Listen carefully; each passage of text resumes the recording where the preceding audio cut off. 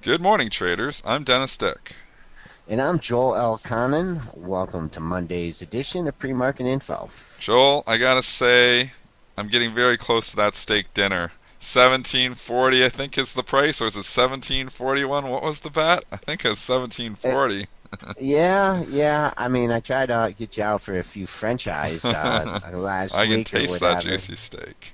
Yeah, but what do you know? We Morton's. got a we got a summer rally. We do have a summer rally on our hands. Larry Summers out as Fed, or out of the race for Fed chair, and the market is loving the news. And we are up 17.5 points right now, trading at 1706. Overnight low is 1698.50. That's right where we opened, and we've been as high as, actually, I'm quoting the September contract, so I'm messing you up here, Joel. We are at 1699 and a quarter. So I'm going back to December contract. I just came back from my cottage here, and I've replugged in Yeah, all you're a my little. computers down here, and everything is technical problems right now. So my layout's all different, everything's different, and now I'm quoting you guys the September contract. Joel, you better just run the show. Yeah, let's look at this from a technical perspective here. You got the pop. You opened up a solid 10 points, had a strong close on Friday, and then you immediately spiked up to 1703.75. That's a new all-time high in the contract. And then since that made that high, we pulled back the low as 1790 or 1697.50. But we're just hugging this 1699 area, 1700. Haven't been able to really expand on that high of the day. Already a huge range in the S&P so far today. We usually average 15 to 20, and here we are. We already have a 22-point range. So it looks like, I don't know. I mean, I can say it again, but it just looks like unless you can get through that overnight high at 1703.75 and keep on going, you could just have some backing and some filling in here. Let's move on to some of these financials because they are the ones that are really popping here today. I was bringing up Goldman Sachs here, and it's trading with a 166 handle now here, Joel. Pretty light volume, but the stock, you can't argue with that. Trading up near where it was back. Well, actually, I guess we're not quite to back we were in August, but we had multiple highs up here in mid-August in this whole 166 area. You think this rally continues here, or are we going to just bump up here and slow down? Well, you did hit a high of 166.73, and that eclipses the high of the move that you had at 165.79. You're gonna be able to have some follow through on this. In order to get the follow through here that you're looking for, you have some resistance coming in at the 168.28 level. That was a high that you had back on August 6th. So that's one level to keep an eye on. Of course, first we got to take out that pre-market high at 166.75. Let's look at Citigroup too. It's popping on 50,000 shares, trading up at 51.33. Closed at 50.49. 4 days ago, we got up to 51.53. So we're about 20 cents off that high we made 4 days ago. So the financial rallies are continuing, but some of these are coming into a little bit of resistance. Right, and you're kind of sneaking over here that 51.12 high. So we'll use that 51.12 high as support. Do like that 51.53 number. Uh, Got right up to 51.50 in the pre-market, so that adds a little bit more importance to that number, as well as the S&Ps being off their high of the day as well. Some of our listeners like to trade the low-priced ones, so you may as well look at Bank America there too here, Joel. Trading up at 1466. I'm looking at the daily though, and we got this triple top thing going on Oh, right at crazy. 1468, 1469. There must be some institution just lining up there at 1470, and everybody's stepping ahead of them right at 1466, 1467. So that's where we're at in the pre-market here too. That's a huge number. Yeah, we did slip up to 1479. But what's interesting about this 1468 to 1470 level, Dennis, you did have a triple top there last week. But also, if you go back to the August 23rd and 26th, you also had a couple highs there as well. So that's the big number, 1470. A lot of sellers there. It breaks above there. You got some chance to get up to the pre-market high at 1479.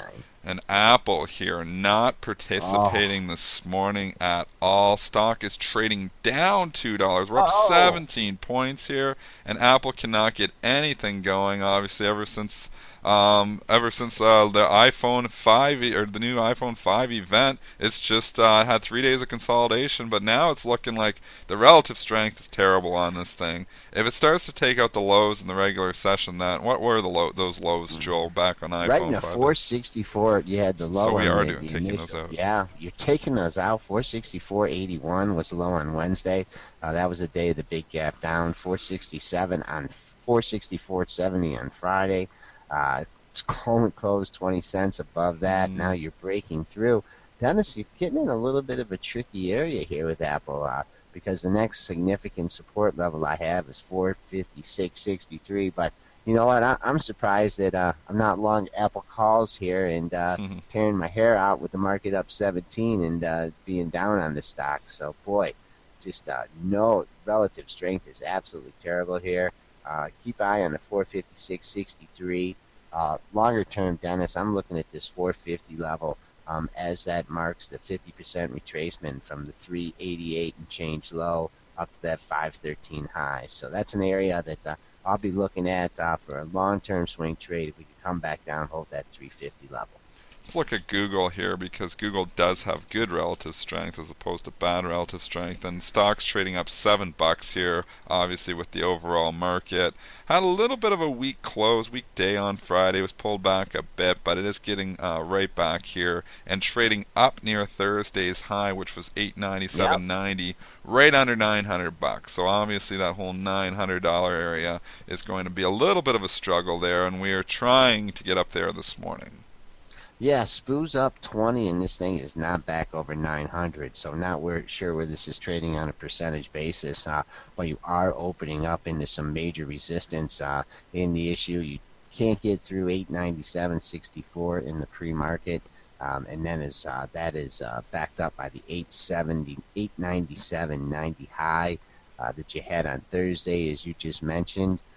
This area also had some support, resistance back at the end of August. So big resistance area for the Gookster. Maybe it will blow through 900 and blow some shorts out of the water and then come back down through it.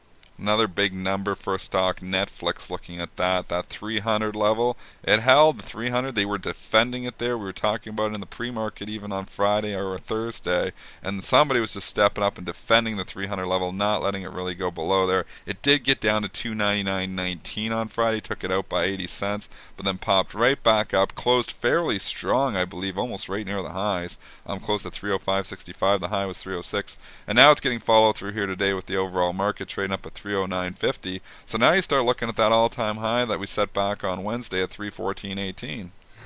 Right, just made a high in the pre-market here, under 310, 309.97. You hit 310, and then seller stepped down to 399, 309.97. So I think this time though that you're traveling between that 310 and the all-time high 314.18. Also, you had a couple downgrades last week. I think you see some sellers perhaps coming into this issue. On the downside here, though, below 298 even. Katie bar the door on the downside. Everybody Hey wants to. guys, let me break Yep. in with this morning's economic data. We have Empire Manufacturing Index for the month of September coming in much worse than expected at 6.29. Economists were looking for a reading of 9.1, and this was down from the August reading of 8.24.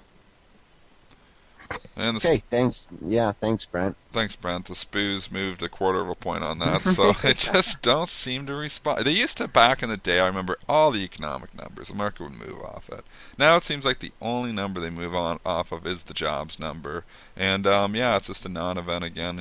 So market just kind of hanging out here. It seems like we always get these big moves overnight, Joel, and then the market just sits there and grinds itself in a littler and smaller range as the high-frequency traders are probably just scalping their pennies or scalping their sub pennies or scalping for their rebates. So, and then obviously they compete more and more and more, and you just kind of get no volatility, when they're all just grinding it out like that. Well, also, Dennis, this consolidation area, I might have mentioned it earlier when I was talking about the S&Ps here. If you've had that 14-point range overnight, and mid-range puts you at 1699, and we're trying to hold that level, but we can't. So that 1699, besides the former all-time high at 1698.50, I mean, we're holding in here, but unless we can get back into that $1,700 level pretty soon, Dennis, I think you might get a little pullback here, test that overnight low. Let's take a look at Facebook. It's popping up here again. We did, like we were saying Thursday, we got out, we kind of broke out through 45 and then gave it all back, and then 45 became new resistance again. It was resistance before, it became resistance again, 45.08 being the high on Thursday. We are now sneaking back up to that level again. I gotta think, and you can see here in the pre-market, it has struggled at 45 again. So Yep. 45 just seems to be the number on Facebook. There's definitely some people lining up saying, look, if they did buy the high on IPO day way back in the day, I'm dumping it here at this 45. And there's other people who have cited this area as technical resistance too. So this 45 area continues, despite getting through it on Thursday, the stock continues to struggle to get back up there again. Yeah, when stocks like this get in the stratosphere, levels that you haven't traded at before, I like to keep an eye on the all-time high close. All-time high close for Facebook has been 45.04. You were able to snake 4 cents above that on Friday at 45.08, and now you're getting that high at that level in the pre-market. So if you're going with Joel logic here, major resistance here at 45. Let's look at Tesla too. Might as well talk about all the big guns and the most popular stocks right now. Tesla's trading up $2.83 here. This has been quiet though. You've obviously the last basically 3 or 4, actually, even if you can go back 12 or 13 days, we've really been in a 10-point range for Tesla. Yeah. And it's really winding up to do something here because it only had a 4-point range here on Friday. It's trading up $2.83 here right now. I think the bogey, obviously, if you're going to pick a bottom here, the bogey I would be using is that 158.51 low we set back on September 9th. Starts to take that out, then I would not want to be long the stock. But right now, I guess the bulls can make an argument that this is just resting, pausing, and possibly getting ready for another leg up. Two things of note there. I'll move my major support level above that 158.51 low that you made last Monday, because you had a double bottom last Tuesday and last Thursday at 160.63 and 160.51. So I think I'd get a head up on the people that putting their sell stops at 158 level, 158.50. Coming on the upside, you had two highs in the mid 66s, two highs in the mid 67s, and then you had a high at 69.70. So I would keep an eye on that. That's the September 6 high, 169.70.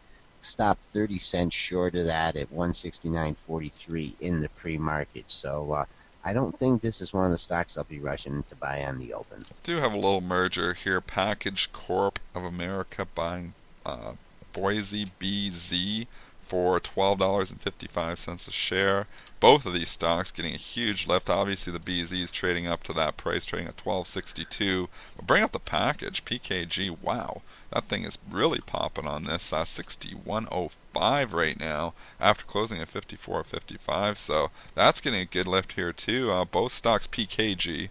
Both stocks. Yeah, wow. Both stocks here getting a really good lift on this news. And I thought they were buying Benzinga, BZ there. Yeah, they're loving this deal here for Packaging Corp of America, trading up a whopping, $6, $6.50 in the pre-market. Yeah. And we're just hanging up there at 61.10.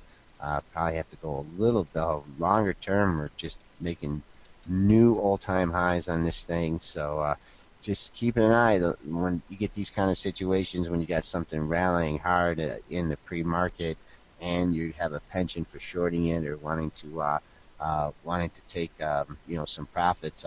Check that high at 925, 930, and use that as your bogey.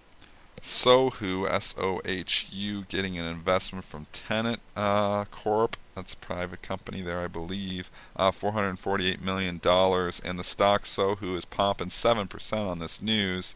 Really took off there on the news. 73.40 it got up to. Somebody really got excited because it hasn't even come close to getting back up there now. It's now trading at 69.25. Yeah, this the stock has had a pretty nice trading range as of late between 64, finding incredible support at 64, and then kind of topping out at 68.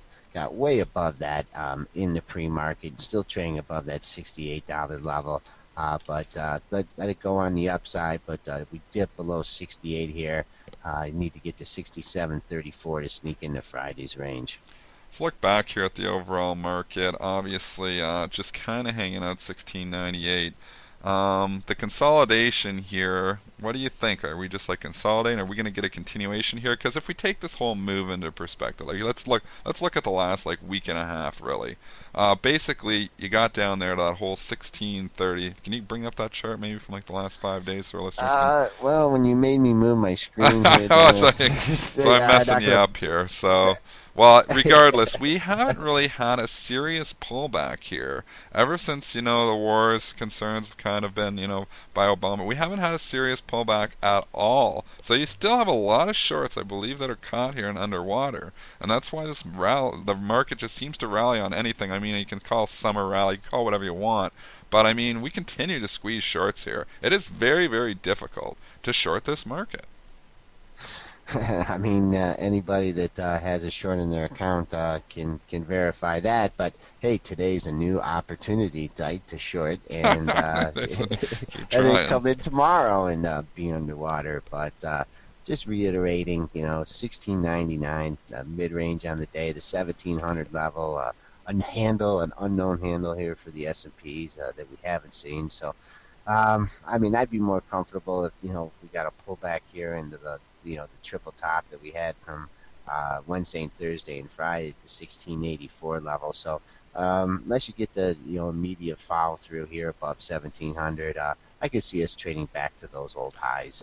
Maybe not today, but a little bit later in the week. Well, we're due for a pullback, but it's just so tough to pull back when you've got people caught short because every time it pulls back in a little bit, people are scrambling to cover. People are scrambling to cover. And that's what makes it really difficult for the market to pull back, and that's what makes the path of least resistance sometimes still higher, which is counterintuitive. You think the market's just rallied 7 or 8%, it's going to pull back 3 or 4%. But sometimes these rallies can just continue for a long time and continue to catch people short. So I don't know. I still think we're not going to. I don't think we're going to see the 1684. I think we could bump up to those highs and keep grinding north. I don't know. Ever?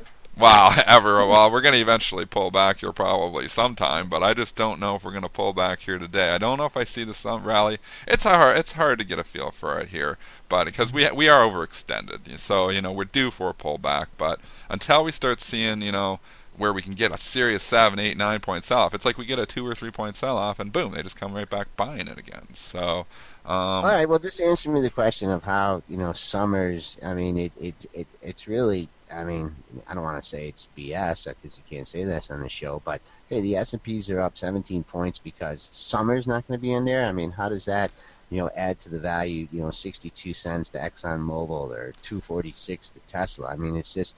And you talked about it before. It's just perception, but Well, right now fundamentals just seem to be meaningless in this market. We've said that for a long time. I mean, obviously, if earnings report have different things, but it's all on expectations and it's all on momentum. It seems like if you just analyzed it, if you're sitting at a desk, like you're an analyst and sitting at a desk and crunching numbers and trying to figure out, how do you justify the multiples that are on Tesla, the multiples that are even on Facebook? You can't fundamentally justify it. But you couldn't fundamentally justify Tesla's multiple when it's at 100, and now it's at 160. So you can't just play with momentum. As traders, it's a big difference between trading and investing. And as traders, you just gotta kind of go with the flow. And obviously, when the flow turns, that's the best thing. If you can identify it early, you can make a lot of money. But it's so hard. So you can say, this doesn't make sense. It's summers are not going to be there. How does that add? It doesn't. It fundamentally doesn't. But technically, there's people caught short. They're looking for any excuse to buy. The longs are looking for any excuse to buy, and it gives them an excuse to come in here again. Yeah, and it's you can't argue with the price, and the price is 1698.50. Price don't lie. Yeah, up 16.50 on the day. If you shorted 16.80, you know it. If you're long there, it's Party time. Yeah. So. That's our show for today, guys. Have a great trading day. Back at you tomorrow.